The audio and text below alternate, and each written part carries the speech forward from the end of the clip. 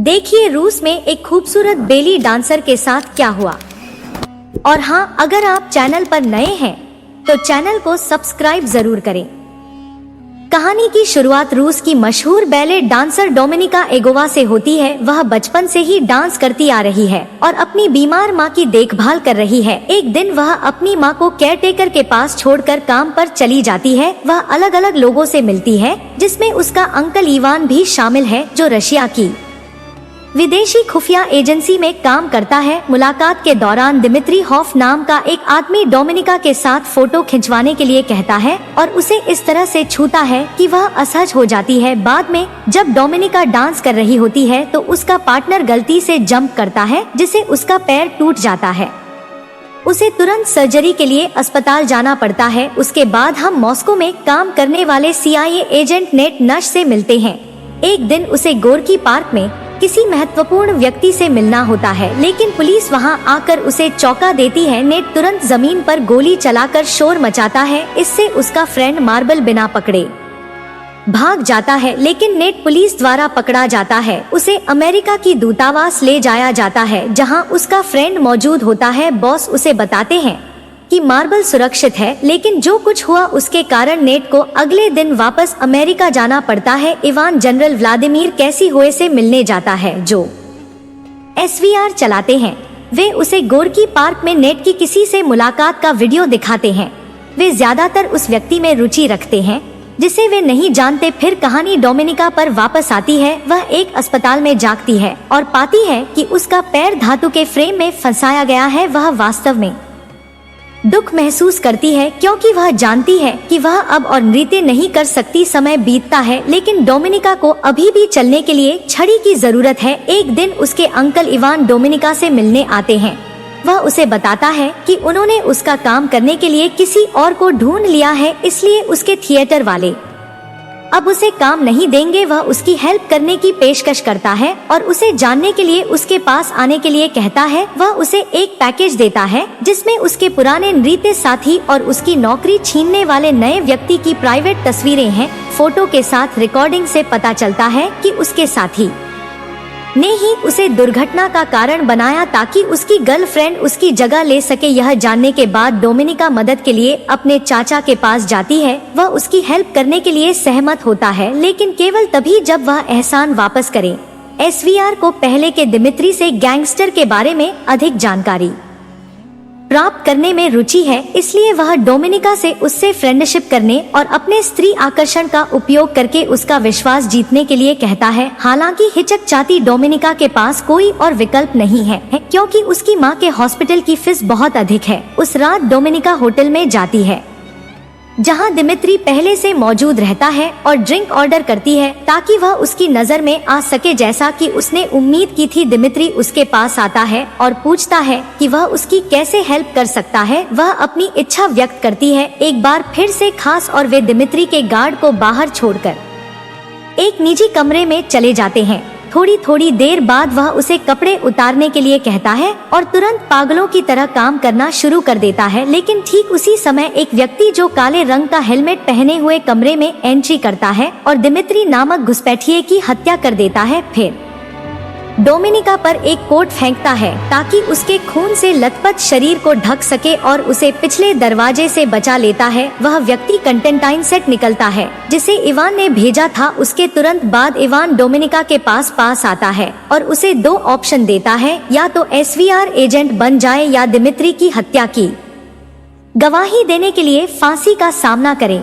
जैसा कि अपेक्षित था, वह उनके लिए काम करना चुनती है। इसके बाद डोमिनिका को कठोर स्टेट स्कूल 4 में दाखिला मिल जाता है, जो स्पैरो SVR ऑपरेटिव को प्रशिक्षित करने में माहिर है, जो अपने लक्ष्यों को लुभाने के लिए सेक्स पिनेज का उपयोग करने में कुशल है। उसके आने पर उसका स्वागत स्पैरो की मुख्य मालकिन मेट्रन द्वारा किया जाता है, जो उसे एक नई पहचान देती है और अगले ही दिन उसे क्लास में ले जाती है। मेट्रन वर्तमान विश्व अराजकता पर भाषण देती है, जिसमें इस बात पर जोर दिया जाता है कि रूस एकमात्र ऐसा देश है जो इसे ठीक करने के लिए बलिदान देने को तैयार है। वह छात्रों में यह भी घोषणा करती है कि उनके शरीर अब देश के हैं। और उन्हें जो भी कार्य सौंपा जाता है उसे पूरा करना उनका कर्तव्य है। अगले दृश्य में नेट की मुलाकात CIA पैनल से होती है, जो रूस में उसकी गलती के लिए उसे निलंबित करने का फैसला करता है। हालांकि नेट का तर्क है कि उसने वर्षों तक मार्बल के साथ काम किया है और किसी और पर भरोसा नहीं किया जा सकता है। उसकी दलील पर अंततः विचार किया जाता है और उसे खुद को साबित करने का दूसरा मौका दिया जाता है। फिर उन्हें मार्बल के साथ कांटेक्ट फिर से स्थापित करने के लिए निकटतम शहर बुडापेस्ट में नियुक्त किया जाता है, लेकिन उन्हें पता नहीं होता कि उनके हर कदम पर SVR द्वारा निगरानी रखी जा रही है। स्कूल 4 की मैट्रन स्पैरो को सिखाती है कि कैसे पहचाने कि उनका लक्ष्य क्या चाहता है। वह टीवी पर कई तस्वीरें दिखाती है और उनसे उनकी इच्छाओं को पहचानने के लिए कहती है। पहली तस्वीर का गलत अंसवेर विक्टर नामक एक घमंडी छात्र द्वारा दिया जाता है और डोमिनिका उसका सही अंसवेर देती है। दूसरी छात्रा सही अनुमान लगा लेती है और उसे क्लास के सामने बुलाया जाता है ताकि एक लड़के को खुश किया जा सके। लड़की घुटनों के बल बैठ जाती है, लेकिन वह ऐसा करने में असमर्थ है। अगले दिन छात्रों को सैनिकों की एक टुकड़ी का स्वागत करने के लिए कहा जाता है, जो हाल ही में युद्ध से लौटे हैं।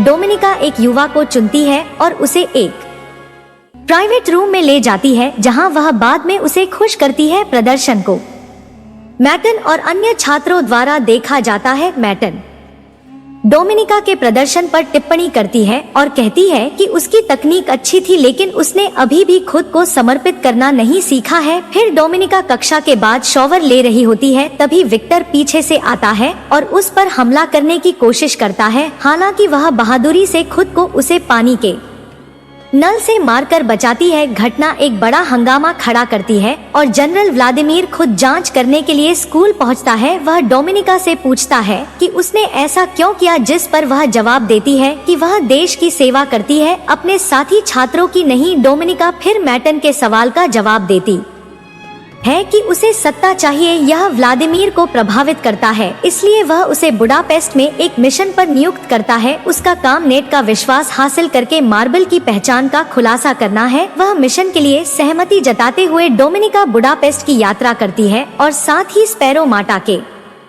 साथ SVR station chief Maxim VAV की देखरेख में आवाज साझा करती है। फिर वह नेट का पीछा करना शुरू करती है और उसी स्विमिंग पूल में जाती है जहां वह अक्सर जाता है। वह जानबूझकर उससे टकराती है और दूतावास के लिए अनुवादक होने का नाटक करते हुए थोड़ी देर बात करती है। अगले दिन डोमिनिका स्विमिंग पूल की ओर जाती है, लेकिन नेट को वहां नहीं पाती है। इसके अलावा उसे पता चलता है कि उसकी ID गायब है। यह पता चलता है कि नेट को पहले से ही पता चल गया है कि वह एक रूसी जासूस है जो मार्बल की पहचान उजागर करने की कोशिश कर रही है। वह अपने ऑफिसर को इसकी सूचना देता है और उसकी क्षमता को पहचानता है। यह सुनकर उसके वरिष्ठ उसे डोमिनिका के करीब जाने की अनुमति देते हैं ताकि बाद में अधिक जानकारी जुटाई जा सके। डोमिनिका दूतावास का दौरा करती है और मार्ट को स्टेफनी बांसा नामक एक अमेरिकी राजनीतिज्ञ से बात करते हुए पाती है। कुछ ही देर बाद नेट डोमिनिका के पास पहुंचता है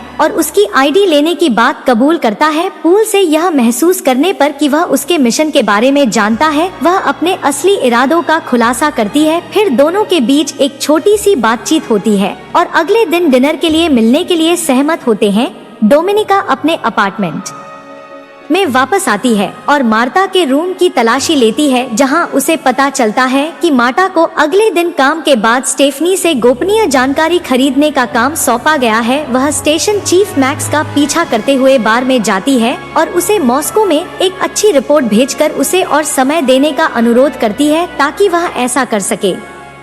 डोमिनिका उसे मारने के लिए उकसा है। अब जब उसकी हरकत कैमरे में कैद हो जाती है तो वह उसे एक बेहतर रिपोर्ट के पास भेजने के लिए ब्लैकमेल करती है, अन्यथा वह उसे पुलिस के हवाले कर देगी। इस बीच नेट उसका रेस्टोरेंट में इंतजार कर रहा है, लेकिन जब वह लंबे समय तक नहीं आती है तो वह रेस्टोरेंट से निकल जाता है। डोमिनिका उसके पीछे उसके घर जाती है। वह दरवाजे की घंटी बजाती है और वह उसे चुपके से अंदर आने देता है। नेट घबराहट में पूछता है कि उसने उसके घर का पता कैसे लगाया। फिर डोमिनिका टीवी का वॉल्यूम बढ़ा देती है ताकि उसे गोरकी पार्क में क्या हुआ इस बारे में पूछने से पहले उसकी आवाज ना सुनी जा सके जवाब मिलने के बाद वह उसे किश करती, लेकिन वह उसे बीच में ही रोक देता है और अगले दिन घर जाने के लिए कहता है। डोमिनिका की इवान से अप्रत्याशित रूप से मुलाकात होती है, जो नेट के साथ उसकी प्रगति की जांच करना चाहता है। अधिक समय पाने के लिए वह झूठ बोलती है और उसे बताती है कि वह मार्ट के साथ स्टेफनी के मामले पर भी काम कर रही है, लेकिन इसके लिए उसे अतिरिक्त धन की आवश्यकता होगी। इवान इस पर विचार करता है